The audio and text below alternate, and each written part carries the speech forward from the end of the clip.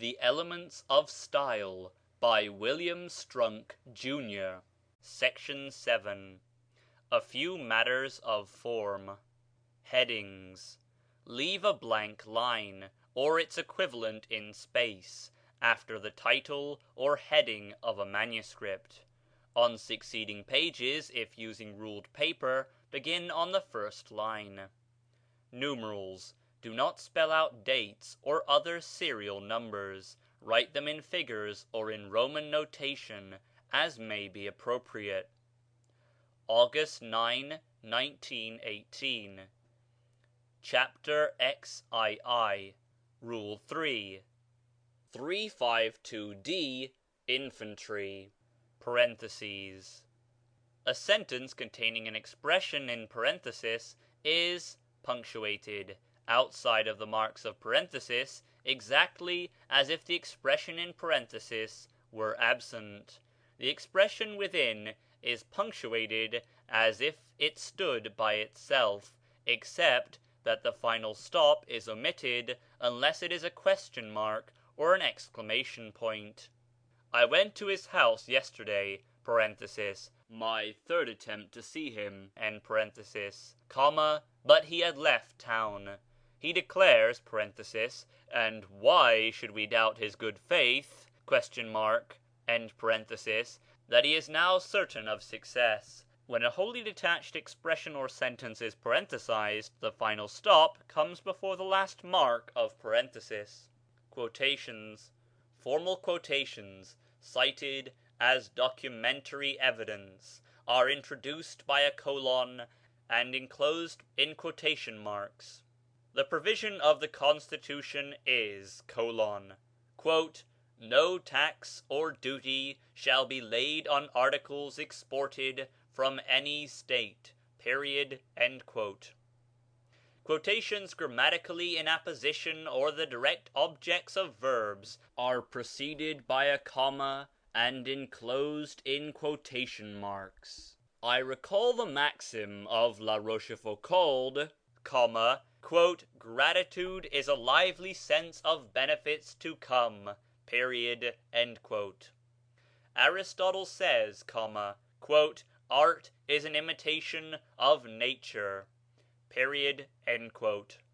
Quotations of an entire line or more of verse are begun on a fresh line and centered, but not enclosed in quotation marks. Wordsworth's enthusiasm for the Revolution was at first unbounded, bliss was it that dawned to be alive, but to be young was very heaven, Quotations introduced by that are regarded as in direct discourse and not enclosed in quotation marks. Keats declares that beauty is truth, truth beauty.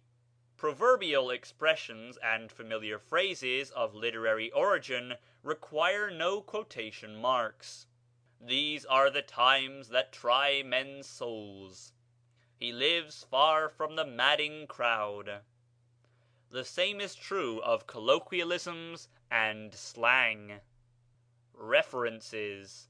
In scholarly work requiring exact references, abbreviate titles that occur frequently, giving the full forms in an alphabetical list at the end. As a general practice, give the references in parenthesis or in footnotes, not in the body of the sentence.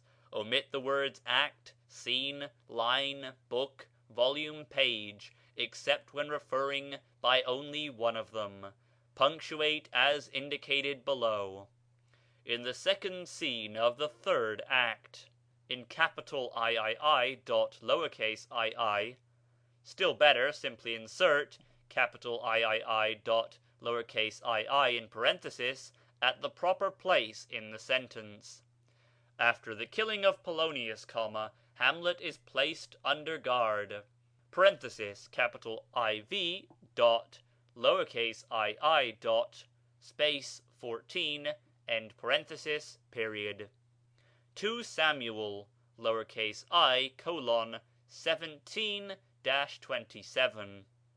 Othello capital II dot lowercase iii 264-267, comma, space, capital III dot lowercase iii dot, space, 155-161. Titles. For the titles of literary works, scholarly usage prefers italics with capitalized initials. The usage of editors and publishers varies, some using italics with capitalized initials, others using Roman with capitalized initials and with or without quotation marks. Use italics indicated in manuscript by underscoring, except in writing for a periodical that follows a different practice. Omit either a or the from titles where you place the possessive before them. The italics Iliad, semicolon. The italics Odyssey, semicolon. Italics as you like it, semicolon. Italics to a skylark, semicolon. Italics the Newcomes, semicolon. Italics a tale of two cities, semicolon. Dickens's italics Tale of Two Cities. End of section 7.